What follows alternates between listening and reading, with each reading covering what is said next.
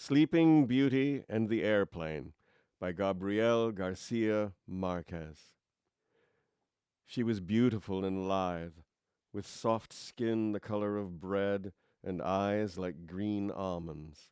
And she had straight black hair that reached to her shoulder, and an aura of antiquity that could just as well have been Indonesian and Andean.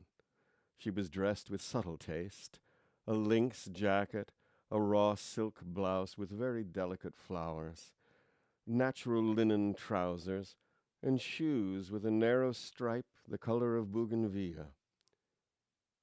This is the most beautiful woman I have ever seen, I thought when I saw her pass by, with the healthy, stealthy stride of a lioness, while I waited in the check-in line at Charles de Gaulle Airport in Paris for the plane to New York.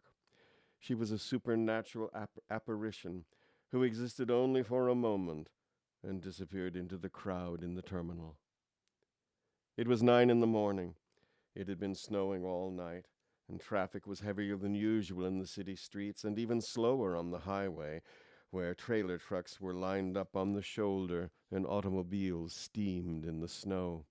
Inside the airport terminal, however, it was still spring. I stood behind an old Dutch woman who spent almost an hour arguing about the weight of her 11 suitcases.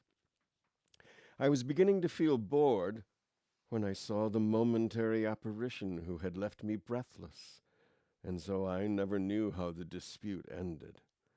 Then the ticket clerk brought me down from the clouds with a reproach for my distraction.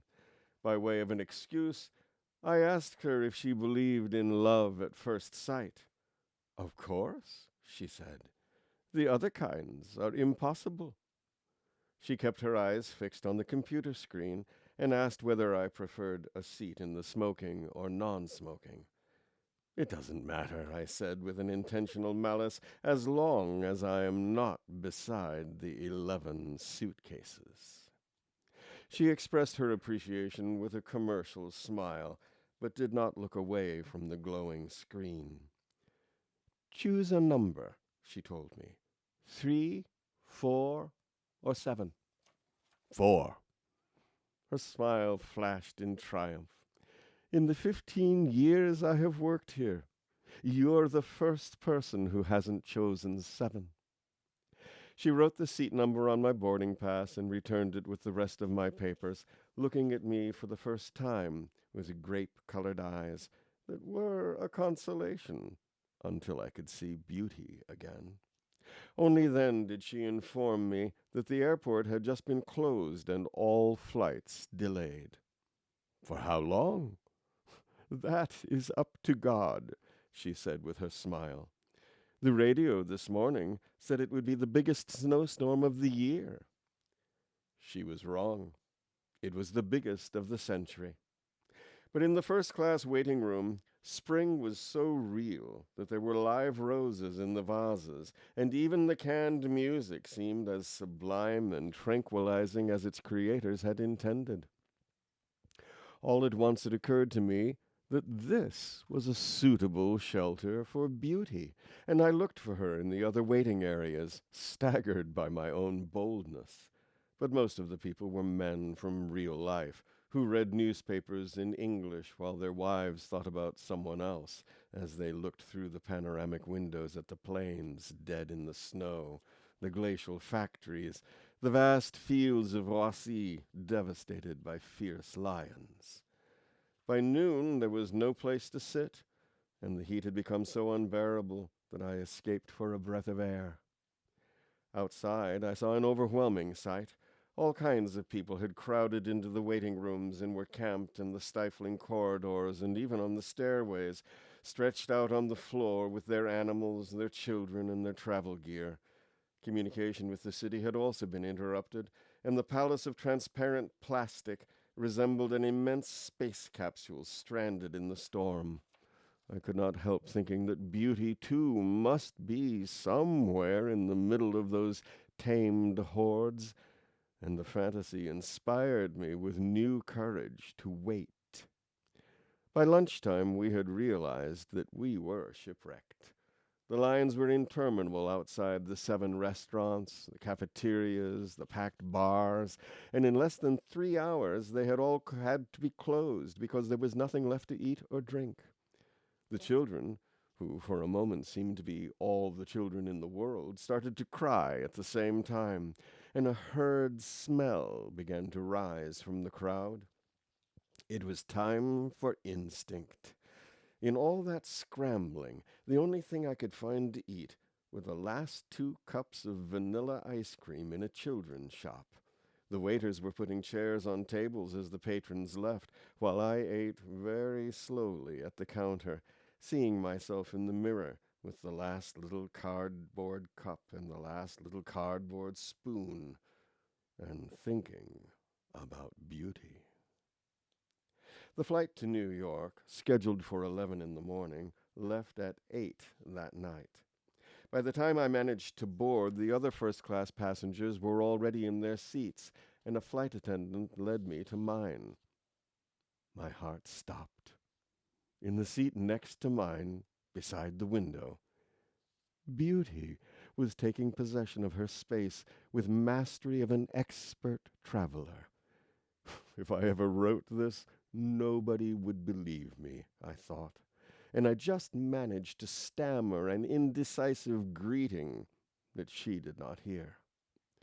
She settled in as if she were going to live there for many years, putting each thing in its proper place and order. Under her seat was arranged like the ideal house, where everything was within reach. In the meantime, a steward brought us our welcoming champagne. I took a glass to offer her, but thought better of it just in time, for she wanted only a glass of water, and she asked the steward, first in incomprehensible French, and then in an English only somewhat more fluent, not to wake her for any reason during the flight. Her warm, serious voice was tinged with oriental sadness. When he brought the water, she placed a cosmetics case with copper corners like a grandmother's trunk on her lap, and took 2 golden pills from a box that contained others of various colors. She did everything in a methodical, solemn way, as if nothing unforeseen had happened to her since her birth. At last she pulled down the shade on the window, lowered the back of her seat as far as it would go, covered herself to wait with a blanket without taking off her shoes, put on a sleeping mask, turned her back to me, and then slept without a single pause, without a sigh, without the slightest change in position, for the 8 eternal hours and 12 extra minutes of the flight to New York. It was an ardent journey. I've always believed that there is nothing more beautiful in nature than a beautiful woman, and it was impossible for me to escape even for a moment from the spell of that storybook creature who slept at my side. The steward disappeared as soon as we took off, and was replaced by a Cartesian attendant who tried to awaken Beauty to hand her a toiletry case and a set of earphones for listening to music. I repeated the instructions she had given the steward, but the attendant insisted on hearing from Beauty's own lips that she did not want supper either. The steward had to confirm her instructions, and even so he reproached me because Beauty had not hung the little cardboard "Do Not Disturb" sign around her neck. I ate a solitary supper, telling myself in silence everything I would have told her if she had been awake. Her sleep was so steady that at one point I had the distressing thought that the pills she had taken were not for sleeping, but for dying.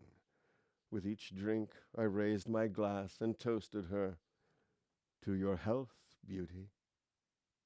When supper was over, the lights were dimmed and a movie was shown to no one, and the 2 of us were alone in the darkness of the world. The biggest storm of the century had ended, and the Atlantic night was immense and limpid, and the plane seemed motionless among the stars. Then I contemplated her, inch by inch, for several hours, and the only sign of life I could detect were the shadows of the dreams that passed along her forehead like clouds over water.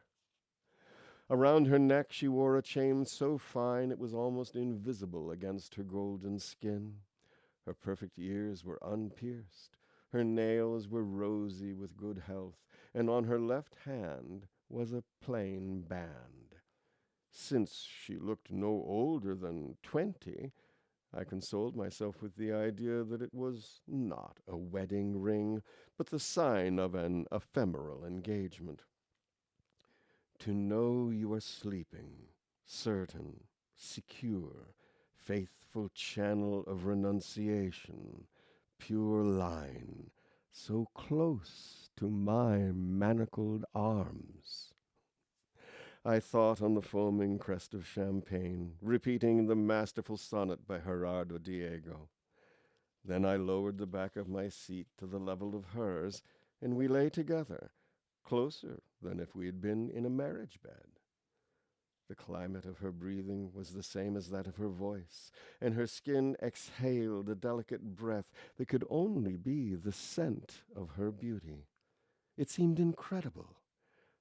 The previous spring, I'd read a beautiful novel by Yasunari Kawabata about the ancient bourgeois of Kyoto who paid enormous sums to spend the night watching the most beautiful girls in the city, naked and drugged, while they agonized with love in the same bed. They could not wake them or touch them, and they did not even try, because the essence of their pleasure was to see them sleeping.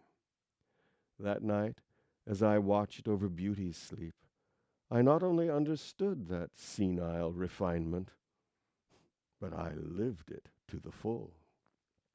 Who would have thought, I said to myself, my vanity exacerbated by champagne, that I had become an ancient Japanese at this late date? I think I slept several hours, conquered by champagne and the mute explosions of the movie, and when I awoke, my head was splitting. I went to the bathroom. 2 seats behind mine, the old woman with the 11 suitcases lay in an awkward sprawl, like a forgotten corpse on a battlefield. Her reading glasses on a chain of colored beads were on the floor in the middle of the aisle, and for a moment I enjoyed the malicious pleasure of not picking them up. After I got rid of the excesses of champagne, I caught sight of myself, contemptible and ugly, in the mirror, and I was amazed that the devastation of love could be so terrible. The plane lost altitude without warning, and then managed to straighten out and continue full speed ahead. The "return to your seat" sign went on. I hurried out with the hope that God's turbulence might awaken Beauty, and that she would have to take refuge in my arms to escape her terror. In my haste, I almost stepped on the Dutch woman's glasses, and I would have been happy if I had. But I retraced my steps, picked them up, and put them on her lap in sudden gratitude for her not having chosen seat number 4 before I did. Beauty's sleep was invincible. When the plane stabilized, I had to resist the temptation to shake her on some pretext, because all I wanted in the last hour of the flight was to see her awake, even if she were furious, so that I could recover my freedom and perhaps my youth. But I couldn't do it. Damn it, I said to myself with great scorn, why wasn't I born a Taurus? She awoke by herself at the moment the landing lights went on, and she was as beautiful and refreshed as if she had slept in a rose garden. That was when I realized that, like old married couples, people who sit next to each other on airplanes do not say good morning to each other when they wake up. Nor did she.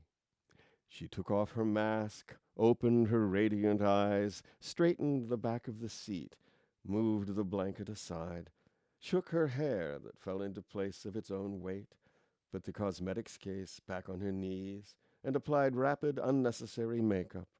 which took just enough time so that she did not look at me until the plane door opened. Then she put on her lynx jacket, almost stepped over me with a conventional excuse in pure Latin American Spanish, left without even saying goodbye, or at least thanking me for all I had done to make our night together a happy one, and disappeared into the sun of today in the Amazon jungle of New York.